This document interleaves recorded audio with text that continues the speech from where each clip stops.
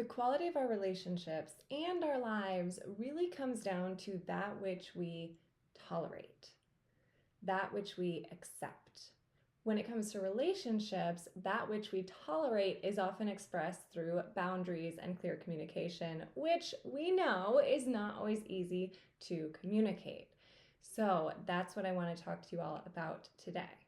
My name is Trisha Veldman. I am a speech and confidence coach, and I also happen to be a spoken word poet, so you can find my work at powerfulandpoised.com. So I've been hearing a ton everywhere from every direction about this concept of setting standards and having tolerance for certain things. And the theory is that if you decrease your level of tolerance, I always get it confused. I want to say you raise your tolerance, but you're decreasing what you tolerate and you're raising your standards, you can increase the quality of your life. So, for example, if you say, I don't tolerate bad relationships, and we can get more specific, we'll get into that, or I don't tolerate being treated poorly, or I don't tolerate having a messy home, or whatever it is, you increase your standards, you raise your standards, then the quality of your life improves. And we all have those standards already. So there are things in your life that you're doing, and maybe you don't realize you won't do something else because it goes against your standard or what you will tolerate. But in today's video, I really want to talk about how this relates to relationships and particularly setting boundaries.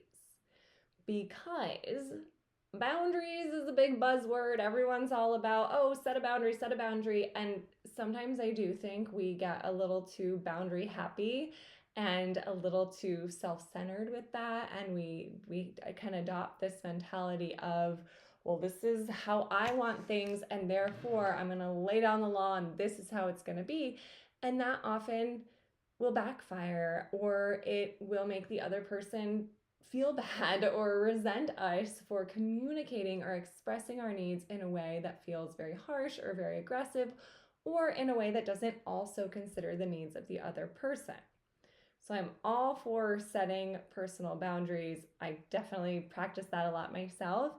And today I want to talk about how we can do that in a way that is kind and considerate, and in a way that relates to this theory and this concept of tolerance.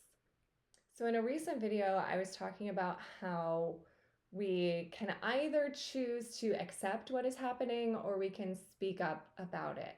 And today I want to elaborate on the how do we speak up about it. Because here's the thing. Let's say you're in a relationship with someone, or you just have a friendship with someone, or a working relationship with someone who is always late. And that really bothers you because you value your time.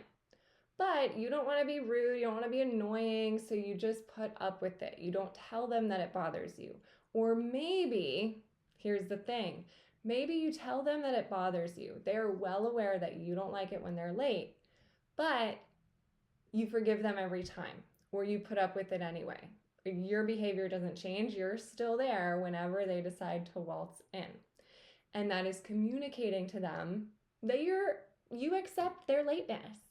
Well, meanwhile, you're resenting them for always being late, and it's creating a negative dynamic within the relationship and within yourself.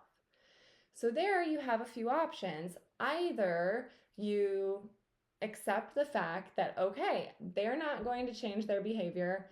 I'm not willing to communicate differently until they do change my behavior, so I'm just going to accept that this is what it is and stop resenting them for it and stop resenting myself.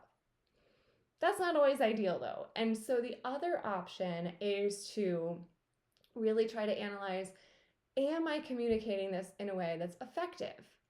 If you've communicated your feelings like, hey, I really don't like it when you're late, but you keep putting up with it, then the boundary has not really been laid. It's not very clear because you're unconsciously communicating that even though you don't like it, their preference is more valuable than yours. You're going to keep letting them be late and putting up with it because you have to. And again, that's an option, but if you do that, I encourage you to accept that that is the fate that you are willing to work with, and try not to resent the person and recognize, hey, I'm choosing this in a certain sense. Now, obviously, every situation is a little more nuanced and complicated, but just taking this as a general example. But the other option is to change your standard, which means instead of just telling the person, hey, I'm annoyed that you're late, or what many people do, and when we don't want to be confrontational, we don't want to be the squeaky wheel, we'll just make faces and like be annoyed that they're late but not actually say anything and hope that they take the hint. Usually not very effective.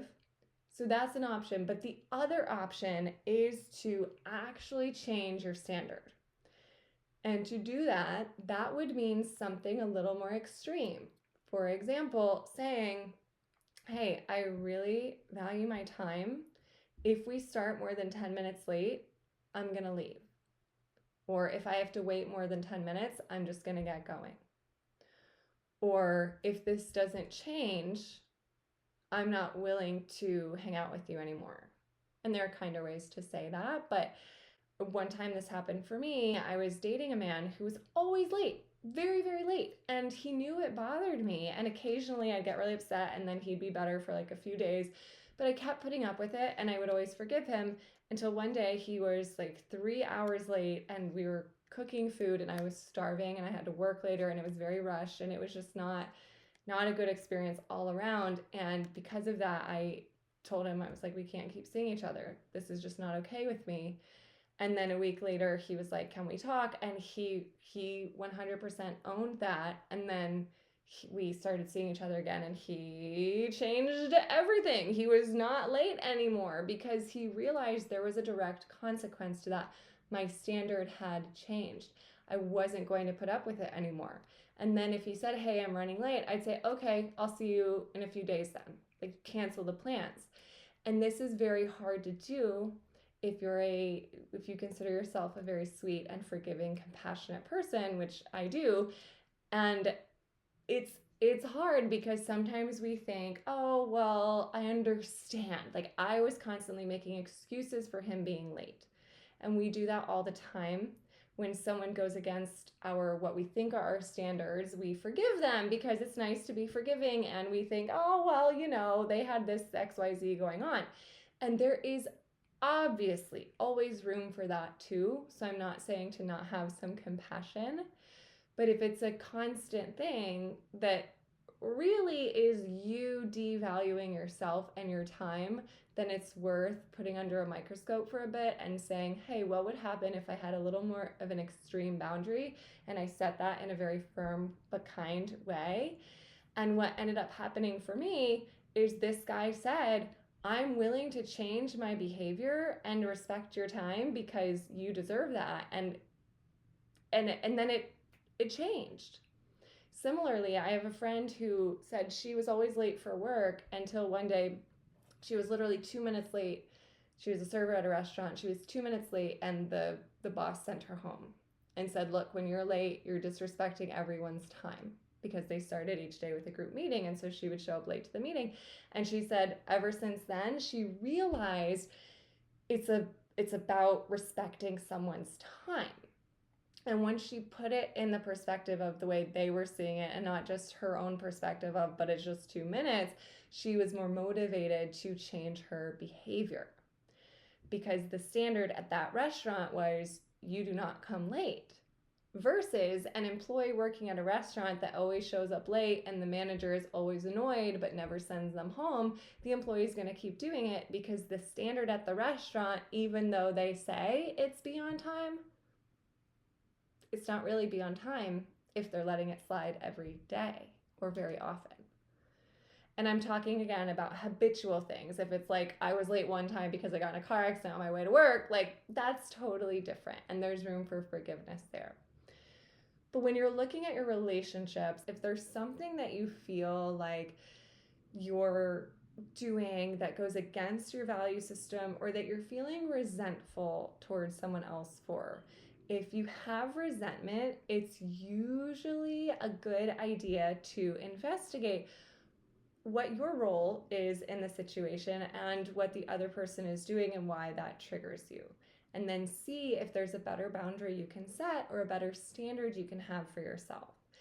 And often this is where we get stuck because we think, but I've told them, but they know, and they're just not changing.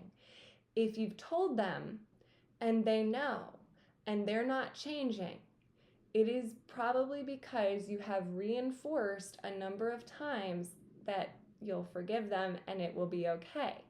And therefore, they're not taking that boundary very seriously. So, for example, I work with clients one-on-one, and the company I work with has a very strict 24-hour cancellation policy. And if we're not very strict and we let someone slide a time or two, they get the impression that, okay, the policy's not that serious. And so then they cancel more and more. But if we're very strict, even when it feels unreasonable, even when someone's like, I had the flu, and I say, well, you still have to pay the fee. Now, this is a company policy, not mine, but if that happens, say, well, you still have to pay the fee. They make every effort to be at the session no matter what. And if they have to pay the fee, they understand because all the instructors are held to the same standard. So if I have to cancel a session last minute, they would get a complimentary session. And this very strict standard is very helpful at keeping people aware of the policy and keeping people consistent. Versus if you're working with a client and you don't have that sort of system in place, or in the past when I worked at this company and they didn't have the system in place, people would cancel right and left, and even though we'd say, hey, there's a 24-hour cancellation policy, you got to pay a fee, they wouldn't pay the fee because we'd let it slide. And when you let something slide a number of times, you're lowering your standard, and they're not going to necessarily take it seriously the next time because they know they can get away with it. So if you're thinking about your own business or your relationships, what I encourage you to do is reflect on what standards you hold for yourself and what standards you identify with. So maybe it's, I don't work with clients who cancel more than twice and don't pay the fee, or I don't hang out with people that show up more than 20 minutes late to engagements, or I don't answer emails past 6 p.m. for work. So you can identify these standards for yourself by thinking about areas where you feel misaligned or where you have resentment towards people, and really decide what your new standard is. Then you want to apply that to your relationships. So if it's a new relationship, this will be pretty easy. Let's say you make a new friend at a party and you guys go get coffee and that friend bails on you, and then you say, okay, well, things happen, let me give her another chance, and then she bails on you again. Okay, maybe this is not the type of person that meets my standards for friendship. And again, you want to be compassionate and discerning. If it happens more than 3 times, then it's probably more of a pattern than a one-off. But give people grace for sure. But in a new friendship, then you can say, all right, well, here's what I know about this person. Now it's my choice if I want to spend time with them. I'm not going to resent her for being late because she's already shown me that that's her personality, or for blowing me off because I've already seen that that's their personality. Same with dating. If you try to go out with someone multiple times and they're very flaky, you can't be mad at them for being flaky down the line because they've already shown you that that is their standard. So you get to set the tone by setting your own standard and saying, look, I'm not going to go out with you then. And that is perfectly fair and reasonable. But you want to define those standards for yourself and adopt that as part of your identity, so that you are not a person who puts up with people who bail on you frequently. Or you are not a person who puts up with someone who's always late. Or you're not a person who answers emails past 6 p.m. for work.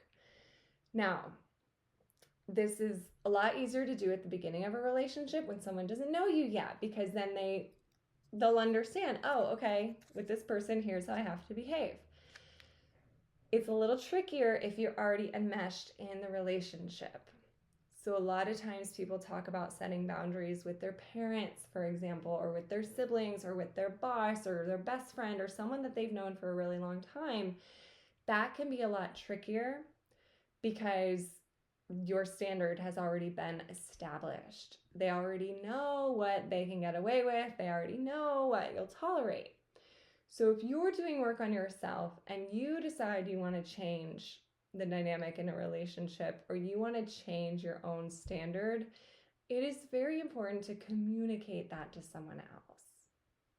Something I see a lot is people will say, well, I tried to set this boundary and then they got mad at me and they didn't understand. And especially with parents, for example, they've known you your whole life. And so if you suddenly say, like, oh no, I don't do that anymore, they'll be like, okay, whatever, do the thing. They're not going to take it seriously. So for a personal example, my mom's a really good cook and I love eating her cooking. And there was a period in my life where a doctor told me I should stop eating gluten and dairy. And so I tried to be really strict with that. But whenever I would visit my parents, my mom would make bread and give me like these creamy, cheesy, whatever things. And there was a lot of gluten and a lot of dairy. And she didn't really get my diet. And so in the beginning, what I did was like, oh, well, it's so delicious. I guess I'll eat it anyway. And so then she kept giving me the stuff. Eventually, at another point in my life, I got more strict with it. And I was like, no, this is serious. And she would put out the bread and I wouldn't eat it. And then she would start making gluten-free bread, or I would make my own gluten-free bread and bring it. And then she stopped offering me the stuff with gluten or dairy. And so in the beginning, even though I was saying the same words and I said, I can't eat that, I still ate it. And so my mom thought, okay, it must be fine. It reinforced to her that, like, okay, Trisha's not that serious about this. I'm just going to keep doing this thing. Versus when I changed my behavior and I raised the standard for myself, or I reduced my tolerance of gluten and dairy, and I said, no, I'm not going to touch it. Then my mom realized, like, okay, well, this is a waste of food then. Let me not offer that. And then she stopped even offering. Because then she realized, like, when she would offer, it was really hard for me to say no, but I was still going to say no. And so she stopped offering, and it made it so much easier for me. Now that went out the window when I moved back, and now I eat her cooking all the time, and gluten, dairy, whatever, I just can't resist.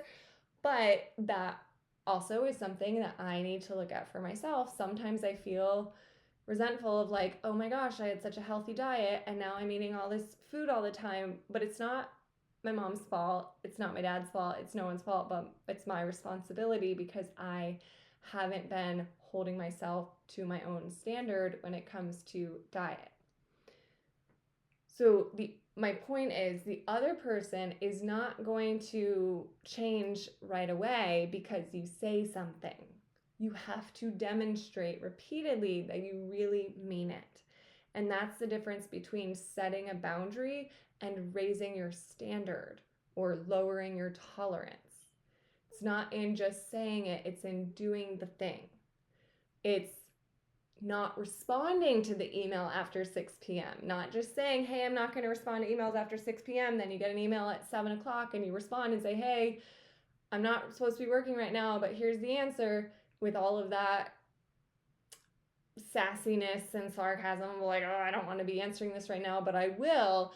You don't have to do it with a grumpy attitude. Either do it and accept that you're doing it, or don't do it.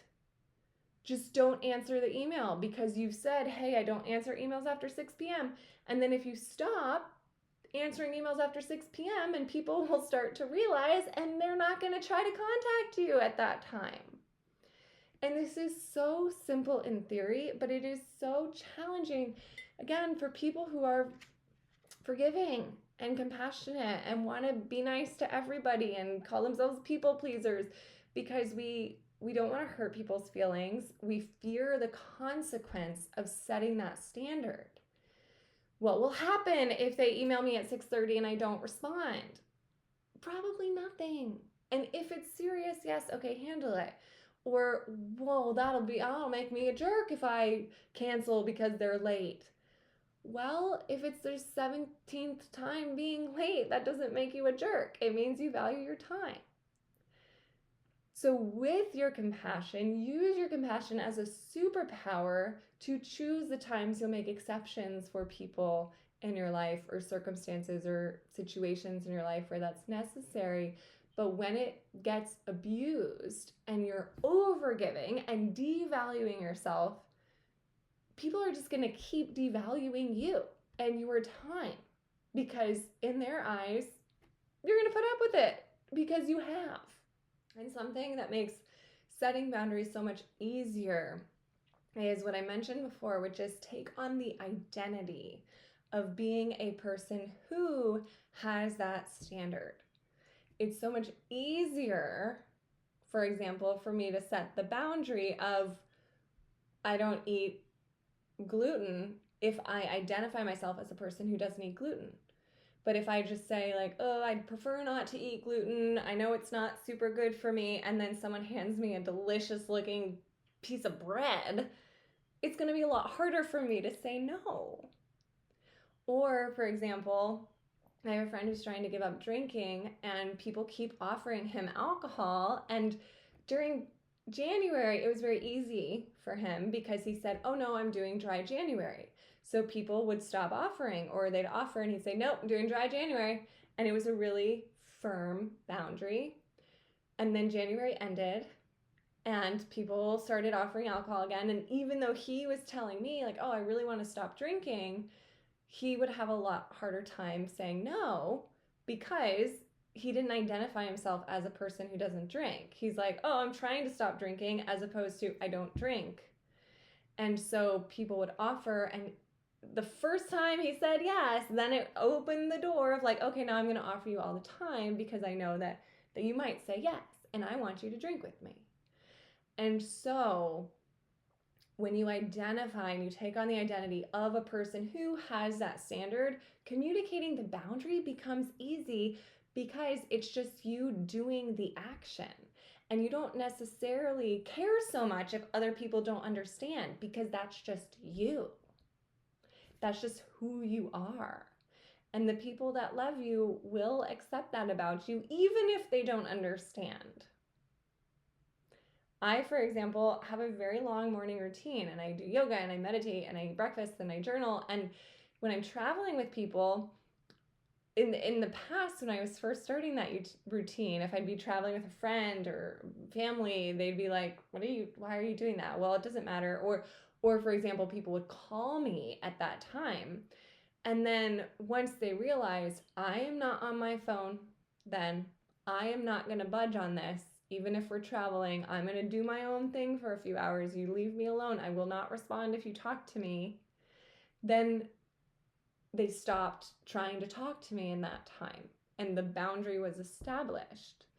And now if someone texts me at that time, I don't feel any ounce of guilt for not responding for a few hours, because I was doing something that was really important to me and no one got harmed in the process. So it's okay. Their texts can wait a few hours. If it's something urgent and I happen to see it, yes, I'll respond. But I'm able to do that because I have the identity of a person who meditates and does yoga and has a long morning routine. And they see me as a person who has a long morning routine. So they leave me alone during that time.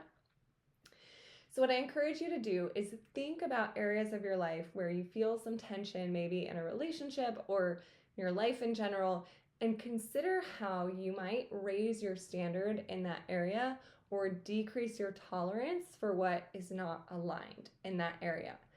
And write it out, and write it very clearly and very firmly. And one thing I didn't mention, if you are trying to adopt a new boundary within an established relationship, it is helpful to say, I know this is new. I know this is a change. So for example, Mom, I know I have been eating or cooking for my whole life. I'm really trying to focus on my health. So here is the change that I'm going to be making. Please don't take personal offense to it. And then you stick to it and you actually do the thing you're saying. Or, hey friend, I know we've gone out drinking for as long as we've known each other. I'd like to quit drinking. I know this is a change. I know this is new. I know it might be hard to understand, but this is what I really want to do, and I would really appreciate your support with that. But there are ways that you can do it where you're kind to other people and asserting your own boundary, but the action that you take has to match that for people to take it seriously. But don't be afraid to communicate and express openly, hey, this is new, this is a change. I don't expect you to understand right away. I don't expect it to feel comfortable right away. That will help the other person realize, one, that you're taking it seriously, and two, they're going to be able to be a little bit more flexible because they have the awareness that, oh, okay, something new is happening. It's not, this person is not going to behave like they did in the past. So if you have any thoughts or questions, please leave a comment below. And if you want more like this, then please subscribe to my channel. Sign up for my email newsletter at hello@powerfulandpoised.com. Thank you so much for watching.